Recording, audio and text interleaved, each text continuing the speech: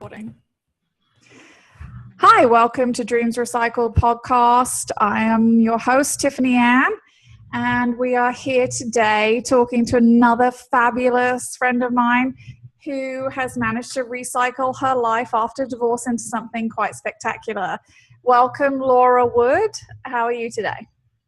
I'm good, Tiffany. Thank you so much for having me. It's such an honor. Well, I love your story. You are interesting to me. So lawyers have such a horrible reputation, and some for a right reason and some for not a right reason. I actually know quite a lot of really good lawyers, but obviously, you know, there's a slight truth in all stereotypes. So tell us what you did before you got divorced. So before I was married for 10 years, I would have also been an attorney for 10 years. We got married before I went to law school and then came back here and practiced law in Tennessee until 2016, April of last year. That is when I left the practice of law and opened my own coaching company. Very cool. And what kind of law did you do? So I did family, juvenile, criminal defense, and the last 4 years were done in criminal prosecution. So primarily crimes against children.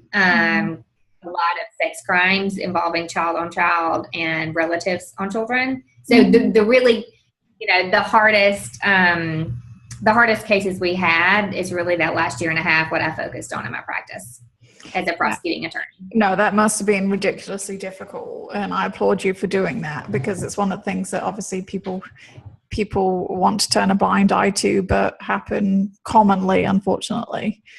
So going back to, so you have a law background, so you have experience in family law and divorce law.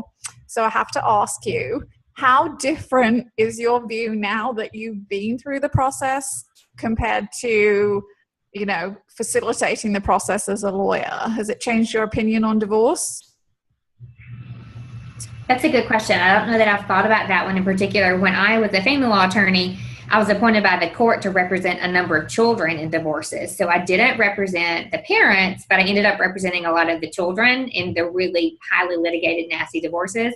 Mm-hmm. So my experience was really a lot of experience from the child's perspective of what it's like to go through a divorce. So I think that helped me understand the cycles my own child would likely go through, during my divorce and when the divorce was over, and assimilating into a blended family with his father, because I had listened to so many children talk about that transition. And I knew the risk of litigation, the unpredictability of litigation, the cost of litigation. And so I made a plan in my own divorce, to avoid the big things that I knew would forever harm a co-parenting relationship. Yeah, I mean, people ask me often, they say, what do you look for in a lawyer when you're going, to get through divorce? And I obviously say, basic things like recommendations, word of mouth, look on AVO at their scores. There's no perfect scenario, because sometimes cases and people clash. Sometimes it's not that cut and dry. But I actually say, and I don't know if I should say this, you can let me know what you think. I ask people, I say, ask your lawyer if they have been divorced, or if somebody in their family has, because I feel like not you can't be a good lawyer if you haven't done it, but I think it definitely gives you an inside track on what that felt like and what that feels like on the other end of the spectrum while you're going through it. Absolutely. Well, and I think, attorneys sit typically in front of the bar in a courtroom, so they're all secluded from the general public, but that experience of the general public is very different than that. Those attorneys, that's their day-to-day job. For the people sitting in the gallery, that's their life. I mean, that is the ending of their marriage, their division of their assets. So there's a big difference in how someone handles that emotionally. Yeah, no, I agree. So after your divorce, you decided you no longer wanted to practice law. So how did that come about, and how did you find your new passion in life? I was divorced about a year and a half. So about the same time of the divorce occurred, we had an election, and I got moved to an outlying rural county. Mm-hmm. And I was predominantly the solo practitioner there, handling most of the cases that came in and out of the county. And it was further away from my son, and I was missing everything at school. Field trips, field day. Yeah. Didn't have to get lunch, because I literally, was married to a career that required me to be in a courtroom almost every day. And it was December of 2015, my son's teacher came to me and she said, your son says you won't be at the party for Christmas, but that you'll send something, that you're always in court. And I looked at my calendar. Sure enough, like I had a full docket that day. And it was in that moment that I thought, okay, I'm a single mom. I'm divorced. It's just us. I had this career, but my child is more important than my career path. And I have got to make some radical changes in my life if I want to be emotionally and physically available to him, because that's not possible with the job I have currently. And so then that began this new season of life of trying to figure out, if I'm not going to practice law, what comes next. Mm-hmm. Well, and I think this is true. And I think that we lose sight of the fact that divorce can be an opportunity to recycle your life in a positive way. I think too often Absolutely. we get caught up in X, Y, and Z, and we don't really enjoy what we maybe have picked as the career or the job we have, but due to circumstances and marriage and bills and just general lifestyle, we're afraid to change, right? We're afraid of change. And I feel like maybe divorce gives you a little bit kind of empowerment to be like, wow, I survived this big change. Maybe I could survive a career change too. So Absolutely. So how did you find your passion? I know what your passion is. I think it's very exciting that you love to empower women with your Bold Love and Lifestyle Coaching Program. And so tell us a little bit about that and how you got to that point where you decided that that was your calling. So I knew that I wasn't fulfilled practicing law and that I was missing my son's life, and there weren't going to be any more children. There are no do-overs in parenting. And so I spent about 4 or 5 months just researching, reading books, like what else can I do with the law degree? And I came to a very clear realization. I didn't want to practice at all. I wanted to do something totally different. Right. And coaching was very attractive because my background's in psychology. And so taking that and taking the fact I had worked with people, the general public, children, adults, I've advocated for children, for 10 years in multiple capacities. I understand parenting struggles. I understand how children are impacted by litigation. And so initially when I opened last June, I opened as a single parent coaching company. It's a group that I found to be largely underserved when I got my own divorce, especially for women that are working, that are then separated from their support group in their church and living in a different town. And so worked with a single parent coaching predominantly with women that first 6 or 8 months, and then made a shift into coaching the art of living life beyond divorce. And by that, I mean, I incorporated single parenting and then also dating after divorce. So it was dating, co-parenting, and parenting. Because what I found is when my clients came to me. Yeah, I was going to say, which is the ultimate juggle, right? If you can get all that going at once, and you can date and deal with your kids and your work, you're like 99 steps ahead of most humans who can only do one thing at once. Yes. And so, I was like, what am I missing? What do my clients need that I'm not otherwise providing? And it was, the dating piece. Oftentimes clients would come and say, oh, I'm having issues with my ex-spouse. And when we got that issue resolved, it opened up this extra space to then entertain the idea of dating and meeting someone. Mm-hmm. And so I've done significantly more dating coaching in the last few months. And in doing that, and as a brand evolves, we've evolved into Bold Woman, Bold Love, Bold Life, to really help women reach into their inner boldness and, date in a way that they are looking for bold love, and they want to live a bold life, and they want to be a bold woman, and they want their children to see that. And so for me, that has been a journey over the last year of my life. If I had one word to describe my life, it would be a journey of boldness. Well, it does, because it takes courage, right? It takes courage to leave the norm and do something different, or even to change in any way, shape, or form. And so I applaud you for that. And you're a great example to other women and divorcees out there who kind of need a push in the right direction. So I have to ask you, what would be your top 3 dating tips for women dating after divorce? Ooh. This is one that I have used this week and have had. My clients have reported great results with this one. If there's a guy that you're interested in connecting with and going out with, men's biggest fear is rejection.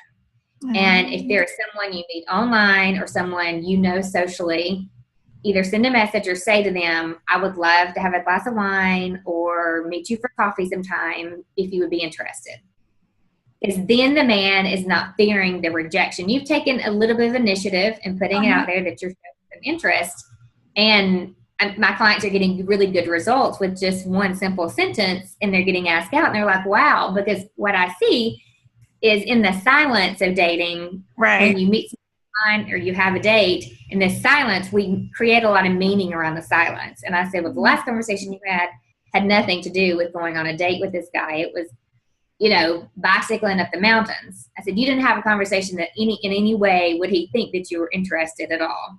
Mm-hmm. Well, and I think it's good to recognize. I mean, a lot of the people I speak to in the counseling I do is for men, and I find that we kind of sometimes downplay the emotional turmoil encountered by men during their divorce and what that does to their psyche and their kind of persona, and how it amplifies their insecurities, because men are much better at hiding it than women are. We sit around and cry and drink wine and moan to our friends and do crazy stuff, and men just will stoically go into work every day, and you can't see how badly they're hurting inside and the damage that kind of has happened on their end of the divorce also. So I like that. I think that there are a lot of men who haven't kind of found themselves again after divorce, who would be really appreciative of a bold lady reaching out to them. And if nothing else, I think they would be flattered, and it would, be a nice thing for them anyway. Yeah, and you don't sit there wondering, does he like me or does he not? I mean, we're not in second grade passing notes anymore. We're beyond that. Mm-hmm. And so that's one thing that I recommend. The second thing that I recommend, and that I have an exercise I have my clients go through, we went over this in my last Facebook challenge, is rewriting your divorce story. So a lot of women, I think, I think it's so common in society, whether you're at a social event, a church event, or out on a date, or out with friends, oh, you're divorced, what happened? As if that the answer to that question has no emotion. I think particularly people who have never been through a divorce will say, oh, what happened? Like there should be some sort of simple explanation. So I go through with my clients, instead of telling them, that he cheated or whatever, the multitude of reasons may be, he was unfaithful, there were other substance abuse issues, whatever that is, I really work with them on how can you tell this in a way that helps you stay in your power. You still have the courage to continue the conversation. Mm-hmm. You're not, and you are showing that you're not carrying bitterness and anger from your divorce, but that you're moving forward with your life. And that this is something, there's a way to tell it in a very authentic way that helps you stay in your power. No, and I actually, I don't, I'm all over the place. So I've said this multiple in other interviews, that I really, really believe that you owe no one an explanation, not even people you date. Because I feel that no good comes of that. I feel like there's a lot of divorce shaming out there. If somebody gets sick or somebody has an accident, nobody kind of plays the blame game with them and is like, whose fault is it? Why did you do that? Why did you get sick? What were you doing? But with divorce, we're all about that. We all want the gossip. We want to know who cheated on who. We wanted to know who did what. And I don't think having that information out there is helpful to anyone. And nobody deserves that information, because the only two people in any relationship who really, truly knew what happened is the two people in it. Right. And that's fine. And I agree. I mean, there is nothing more off-putting than going on a date. And, for me, it's a nightmare, because I would go on dates with people and they'd say, what do you do? And I say, I have a divorce, I'm in the divorce industry. And instantly, let me tell you about my divorce. Yeah. You can tell so much from their divorce story about that person. And I'm not saying hide, who you are or whatever, but anyone who comes off instantly with the, my ex is crazy, I hate them, da da da da da da. You don't want to be with that person, because whether they haven't let go, it may be true. But you don't need to hear that in that way. It's so off-putting. So no men or women, don't go there. Yes, yeah. And that's why I say, put it in really simplistic terms, like it was unfulfilling. We're in different places in life. And then you transition to a conversation, I really love my job, or I love where we live. Just, women, I think, feel like they have to answer that question with all kinds of emotion and from a defensive place, right? But it can be really crushing in the middle of a date to feel like you have to answer and tell all the bad things, tell all your secrets. So we work on that. That's the second tip. And the third, I have so many tips. I'm trying to think of the third one that would be most useful. My third tip while you're thinking would be, for goodness sake, go update your wardrobe, people. Because I feel like it's such a basic thing. Yeah, you know, the whole thing that first impressions count is true. Like, you show up in a day in, you know, mom or dad jeans from 1984. Your wife or husband may have put up with this and may not have cared. But on a date, it really is, you know, you have to put your best foot forward. And unfortunately, we're, you know, at least initially, we're a pretty shallow society that you have to be attracted to each other. And, you know, you can go into any mall in America, any price point, and find something where you look somewhat decent and up to date. So that's my tip for today. Yes, that one goes with the confidence factor. I think that other one is know what you're available for, know what you desire. I work a lot with clients on what kind of relationship do you desire? What does it mean to be fulfilled in a relationship? What are the qualities you look for in a relationship? How does this person make you feel? And one of the big things when I work with clients on what are you available for, you know, I believe in a real date, and I take a really strong stance in the importance of having a real date, not just meeting for coffee or drinks. That's fine if you don't know someone very well, but if someone is genuinely interested in going out with you and getting to know you, you know, I tell people I'm only available for real dates, and let me know where you'd like to make dinner reservations. I'll be happy to meet you. And because there's a time investment, there's a money investment, but there's also an investment in them getting to know me before the date so they can carry on a conversation over dinner or at an event. So I believe in the real date. This casual hangout thing is not something that works for me. It's not something that's fulfilling for me. I prefer a true, authentic, real date because I want that full experience of being with someone for several hours. I want to share a meal with them and be able to have conversation with them get to know me get to know them. And, you know, I learned so much about myself on every single date, not just about them, but about myself, that it helps in many ways. Yeah, no, and I think that's a good advice. And I think too that it's okay to understand that there are many different ways to date, different you know, different dating intents. Like I say in my book, My Dreams Recycled, there's many chapters about this where I tried to have a relationship, very quickly realized I was not available emotionally or mentally to be in one. I then moved on to the second stage of my dating, which was I was dating not to have a relationship. I was dating to find myself. I'd never been on dates. I hadn't really had access to a lot of men. I don't know. I'll say that I was a stay-at-home mom for many years. And I was just trying to figure out not only things about myself, but also what I liked. I didn't even really knew what I liked or wanted or whatever.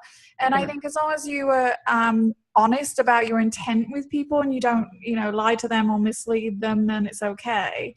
And then more recently, I took the bold step, Laura, that I would only date with intent. Yes. And that so far has worked out very well for me. So, but I think everybody has their own kind of dating journey, and I don't think that there's a wrong or right exact way to do it because only you inside really know if you're ready or not. Right. Well, and I think I went from, in my own dating life, I'd never dated as an adult. The last time I had dated, I was a teen. So I rolled out in my mid-30s with not a clue of how this world worked. But so there was a lot of playful dating in the beginning and then more dating with purpose or intention to find someone that I could develop a really deep, loving relationship with that could be a lasting romance and a life partner. And so, you know, over the last 3 years, like what my desires are have certainly evolved in the dating realm, as has the way I dated. When I was doing playful dating, a dream meeting for drink or coffee or whatever, that was fine. But now that I want something, now that I desire something else in my life, I want to attract the type of man who is very happy and eager to share a meal with me and get to know me on a deeper level. No, and I think that's true. I think people show you a lot more about themselves very early on than we want to admit. And if we pay attention to the signs and we really kind of focus, I mean, you can tell a lot from somebody, like you said, you can tell a lot. There's a difference between a man who's like, hey, you want to go to happy hour on whatever, or, you know, what kind of food would you like? Where would you like to go? Let me, you know, whatever. You can just tell a lot. And I think that we don't sometimes listen to that because we don't want to know. We kind of want to just live in this fantasy world that everyone's really into us and thinks we're amazing. But usually, you know, at the beginning, kind of the reality. So let's talk a little bit about something that I'm very passionate about, which is finding yourself before you attempt to find anyone else. So I think that plays into your bold love and lifestyle coaching you do, right? So how would you tell or kind of explain to somebody why that's so important? We talk like in this fluffy way, like we all need to love ourselves and we all need to do whatever, but the importance of this is monumental. So what do you think about that? One of the big things, you know, that dating brings out in people are insecurities. I think marriages and divorces bring out a lot of insecurities as well. And so the women I work with, I often start with kind of, where are you now? Where would you like to be? So point A to point B. And then what has stopped you from dating? Or why have you found that unfulfilling? And most of the times we go back to, what were the beliefs that were developed during the marriage about you? Are those your beliefs? Are they someone else's beliefs? What conditioning do you have around what kind of relationship you're worthy of? I deal with a lot of self-worth issues in my coaching, because I think especially if the divorce has been brutal or there's been significant betrayal or, you know, infidelity, there's a lot of worthiness that comes up around that. And so I think helping strengthen a woman, like from within, from her core, to know that she is worthy of a future love, that she doesn't need anyone's permission, particularly her ex-husband's permission, setting boundaries with ex-spouses to free yourself emotionally from the power and control that's there. And I think just really recognizing these patterns that are keeping people from enjoying life. And one thing one practice I give every one of my new clients is every day between now and the time we meet next week, 5 minutes a day, you give yourself time to process emotions. You feel like, what are you feeling? Not from your head, but from your heart. What are you feeling? Let's get those emotions flowing. I grew up in a very masculine family, masculine profession. I wasn't in touch with my own ability to, one, tap into my tuition, and two, feel emotions. But once I started that process, and I got some of that sadness out, I made much more room for the joy and the happiness. And so when clients will come to me and say, I don't know what I want, it's because they've not thought about what they wanted since they graduated from high school or college, because they've been in a long-term marriage. Right. Many of them are long-term relationships. So it's literally getting back to, what are your core desires and what's telling you, what are the reasons you think you can't have what it is that you want? And that's where I see those limiting beliefs, the old beliefs, some codependency, oftentimes with parents or former spouses, especially if there was an addiction issue, kind of breaking free of that so I can get them in a place to move forward. Yeah, I mean, I talk to a lot of divorcees also, and obviously, you know, infidelity, all kinds of addiction, abuse in many forms is out there. And I think that one of the things that maybe isn't talked about as enough is the very subtle emotional abuse that people do to each other through, you know, decades of marriage. And you come out and you know, you may be talking to a divorcee and they'll say, like, no, my marriage wasn't abusive. But then as you talk to them more and more, see the elements that have put them in the place that they're in. They're, you know, massive insecurity. Maybe they weren't cheated on, but maybe every day, or, you know, they were compared to somebody else, or they were, you know, told that their weight wasn't correct, or maybe they could dress differently or whatever. And I think that we really, you know, this generation, we really need to teach our children and people, you know, younger than us, our age, whatever, that this is just as detrimental during a marriage or relationship as any other kind of abuse. It's much more subtle, but it does just as much psychological damage at the end of the day.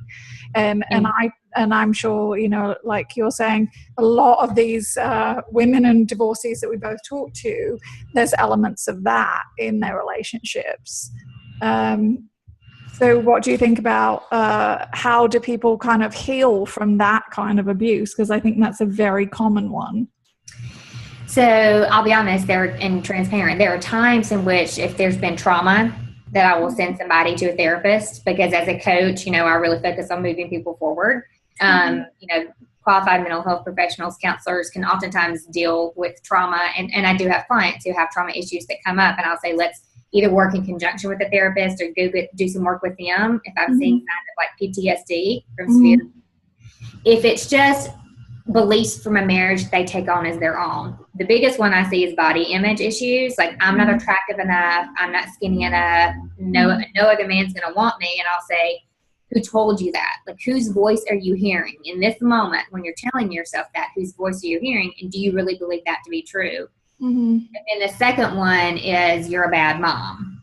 That's a good one. Yeah. I will say, who told you you're a bad mom? Then there's a whole list of adjectives that go with that. Who told you that? Was it your ex-husband? Do you believe you're a bad mom? What is your belief versus their belief? Because one thing I do is distinguish between what do you believe to be true and what have other people said that you've taken on as your own belief. Because let's get rid of those that belong to, let them. They can think whatever they want to think. You don't have to take that on and believe that is your truth. Right. There's a lot of work done around like, what is your truth? If you want to get in better shape, or,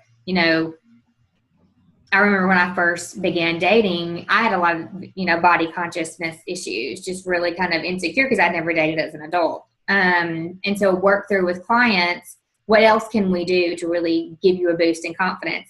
Speaking of that, I'm doing a Facebook challenge this week on bold confidence. And one thing we're working on is creating a toolkit of ways that you can boost your confidence, whether it's something as simple as a tube of red lipstick, add a little bit of glamour, or if it's picking out an outfit that really you feel like you can rock it on a date.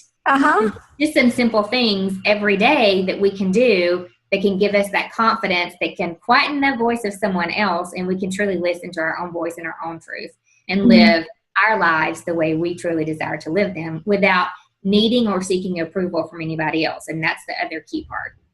Well, and I think one of the key parts that you just said then is daily positive action, in any form that comes. Like you said, if you make a list, if you buy a red lipstick, if you, do 100 sit-ups a day, whatever it is, I feel like we all, men, women, whatever, after our divorce, we all very much feel more in control and happier if we feel that we have some kind of control in all of this. And I think the daily positive action is really what kind of facilitates that, because you see, like, you start with something very small and you accomplish that, and then next week you do something a little bigger. And as people say, even if you improve 1% every week, for your entire life or the next 3 years, you were, twice the person you ever were before. And so I think people sometimes are daunted by the fact that it has to be this miraculous overnight change in order it's supposed to be perfect, when clearly this isn't realistic, right? So daily positive small action will get you there just as well as anything else will. Well, and I think there's two other pieces. I think communities that we've both created and supported one another in doing so, that's a great place for women to go for support. And then reading books. Oftentimes, women can hear me say something and I will say, there's a book been written on this topic to get you really further into a little bit deeper into the topic, get you more ingrained and to better understand this concept of codependency or self-worthiness. There have been some wonderful authors, and I refer people to your book as well. So I think find a good community that can help really create, support you. Yeah, support you. And then reading, I think becoming more educated. I think that also is something that's been really helpful I know for myself and for the clients who have read the recommended books as part of the program. Yeah, no, there are some amazing books out there. And I will say, for the people, because sometimes people will say, I don't read. You're missing out on My Dreams Recycled by Tiffany Ann Beverland. Yeah, well, that too. But I would say, even if you don't want to read a book, if you need some kind of, pop culture kind of quick fix of information. We live in a society where we have that little thing called the World Wide Web, where you can pretty much find anything you need to know. Dreams Recycled has thousands of blogs on all things divorce. There are a lot of other great resources out there.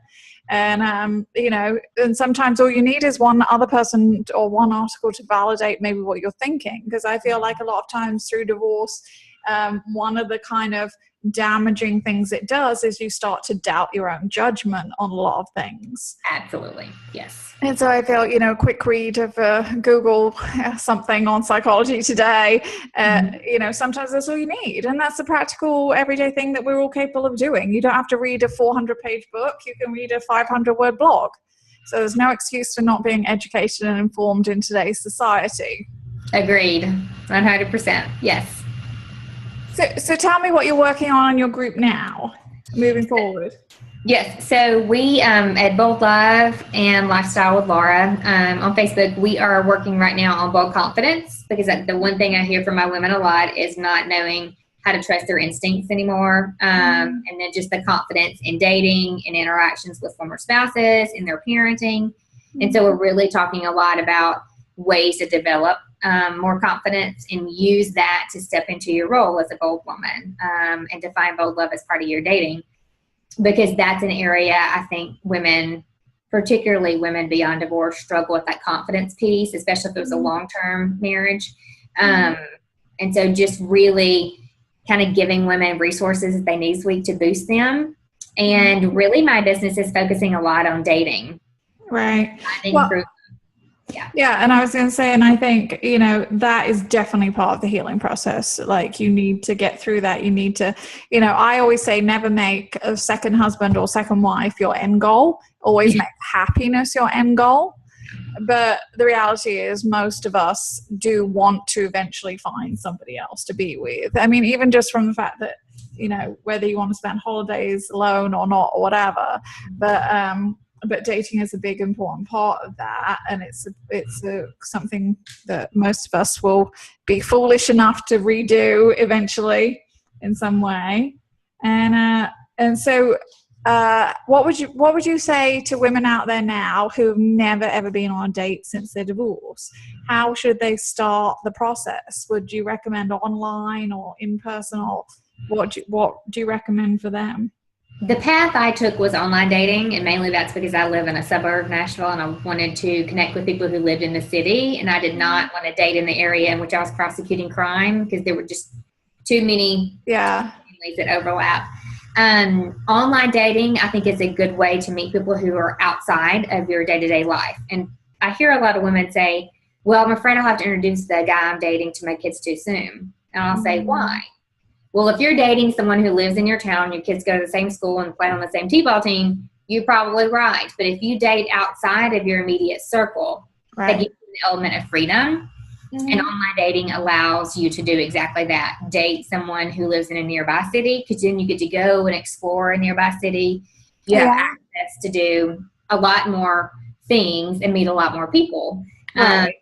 We start with online dating. I work with clients on profiles, or what photos to put in the profiles, what to write. No holding fish profile photos? No, what now? No holding fish profile photos. That's my personal pet peeve. If there was ever a dating photo that somebody is holding a fish, or even worse, any kind of dead animal. Ooh. Yeah. So work with women on, putting out there what you're looking for, what you're interested in, describing yourself. We know we have a hard time describing ourselves in adjectives.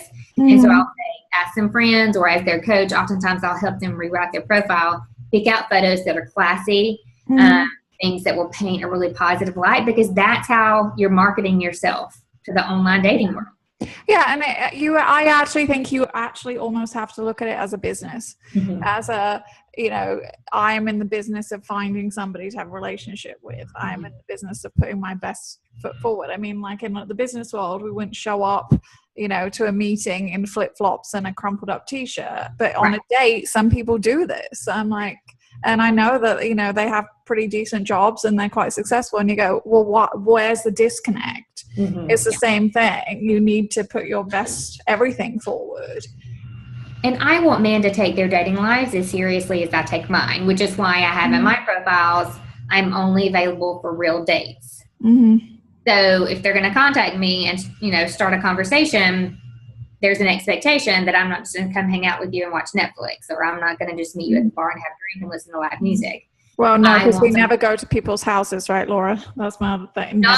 No. Not on the first few. No, not on the first few dates. I would say you need to know someone really well before you ever consider going to their house. And safety is a big thing that I talk about as well. Online dating safety. Yeah, safety is huge. I've been on some very scary dates where I was very grateful that it was in the daylight during the day, that I could leave immediately. I mean, I just, unfortunately, it's an easy way to prey on people, I think, and definitely women have to be careful. And I think actually men have to be careful too, because I've heard some really crazy things that girls have done on first dates. So safety first. Yeah, and I think you said based on the photos and what information you have in your profile, you kind of set the standard for what you expect and what you're going to attract. And so I think that's important. I think it's important to meet at public places. Make sure somebody knows where you're going. Make sure you know where you're parking. I mean, we could talk for a long time on that, but my recommendation typically is online dating because it helps you meet and explore things that are outside of your immediate circle, and it reduces the likelihood of overlap really early. Yeah, no, I agree. And I'm also a big proponent in the chances of the love of your life and the perfect person being within 5 miles of your house are probably very, very slim anyway. Agreed. That's not helpful. So, but anyway, so Laura, tell us where we can find you. You've been amazing. So tell us where people can find you and where they can look up your social media. Sure. The website is www.laurallwood.com. Social media handles, Instagram, Facebook, Twitter are all under Laura LL Wood LLC. So the full business name, Laura LL Wood LLC.